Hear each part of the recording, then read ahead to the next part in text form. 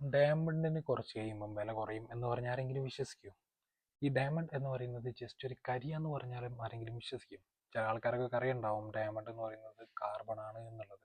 നമ്മുടെ വീട്ടിലൊക്കെ കാണുന്ന കരി അല്ലെങ്കിൽ ചാരം. ഈ കാർബൺ എന്ന് പറയുന്നത് നല്ല ഹൈ പ്രഷറും ഹൈ ടെമ്പറേച്ചറും വരുന്ന സമയത്ത് ഈ ഒരു കാർബൺ കൺവേർട്ട് ആയിട്ട് ഡയമണ്ട് ആയിട്ട് മാറുകയാണ് പൊതുവെ ചെയ്യാറ്. ഈ ഭൂമിയുടെ ഏകദേശം 200 കിലോമീറ്റർ താഴെ അവിടുത്തെ ടെമ്പറേച്ചർ എന്ന് പറയുന്നത് ഏകദേശം 1500 ഡിഗ്രി സെൽഷ്യസ് ആണ്.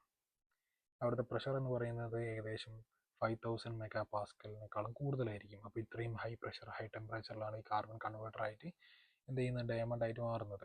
അപ്പം 1500 ഡിഗ്രി സെൽഷ്യസ് എന്ന് പറയുന്നത് നമ്മുടെ വെള്ളം തിളയ്ക്കുന്നത് 100 ഡിഗ്രി സെൽഷ്യസ് ആണ്. അപ്പോൾ 1500 എന്ന് പറയുന്നത് നമുക്ക് ഊഹിക്കാം. ഈ പ്രഷർ എന്ന് പറയുന്നത് നമ്മളെ വാട്ടർ ജെറ്റ്, നമ്മൾ ഈ ടൈലൊക്കെ കട്ട് ചെയ്യാനോ അല്ലെങ്കിൽ ഇങ്ങനത്തെ മെറ്റലൊക്കെ കട്ട് ചെയ്യാൻ യൂസ് ചെയ്യുന്ന വാട്ടർ ജെറ്റിൻ്റെ പ്രഷർ എന്ന് പറയുമ്പോൾ ഏകദേശം 100 മെഗാ പാസ്കലൊക്കെ വരുള്ളൂ.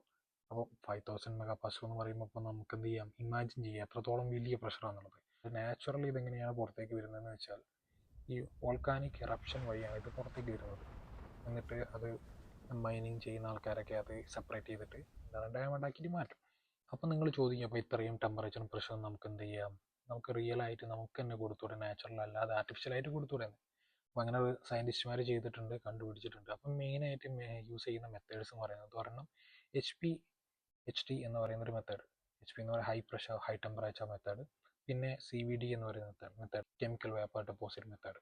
അപ്പോൾ നിങ്ങൾ ശ്രദ്ധിച്ചിട്ടുണ്ടാവും ഈ ഡയമണ്ടിന് ഡിഫറെൻറ്റ് കളേഴ്സാണ്. ഈ ഡിഫറെൻറ്റ് കളേഴ്സ് ഉണ്ടാവാനുള്ള മെയിൻ റീസൺ എന്ന് പറയുന്നത് ഈ കാർബൺ ആറ്റംസ്, ഈ ഡയമണ്ടിൽ കാർബൺ ആറ്റംസ് കാണല്ലോ. അപ്പോൾ ഈ ആറ്റംസ് റീപ്ലേസ്ഡ് ആയിട്ട് വേറൊരു ആറ്റം കയറി വരുമ്പോഴാണ് ഈ ഒരു കളർ ഡിഫറൻസ് വരുന്നത്. ഇതിപ്പോൾ ഒരു എക്സാമ്പിൾ പറയുകയാണെങ്കിൽ ഈ കാർബൺ മാറിയിട്ട് ആ ഒരു സ്ഥാനത്തേക്ക് നൈട്രജൻ വരികയാണെങ്കിൽ അതിൻ്റെ കളർ മാറിയിട്ടുണ്ടാവും, യെല്ലോ ആവും.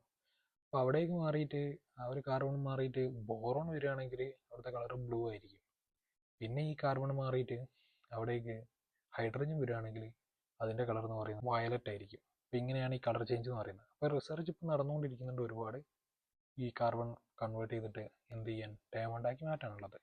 അപ്പോൾ എന്ത് ചെയ്യും, ഇത് കുറച്ചുകൂടി പ്രോഗ്രസ് ആവും. അപ്പോൾ എന്താണ് കൺവേർഷൻ കുറച്ചുകൂടി ഈസി ആയി മാറും.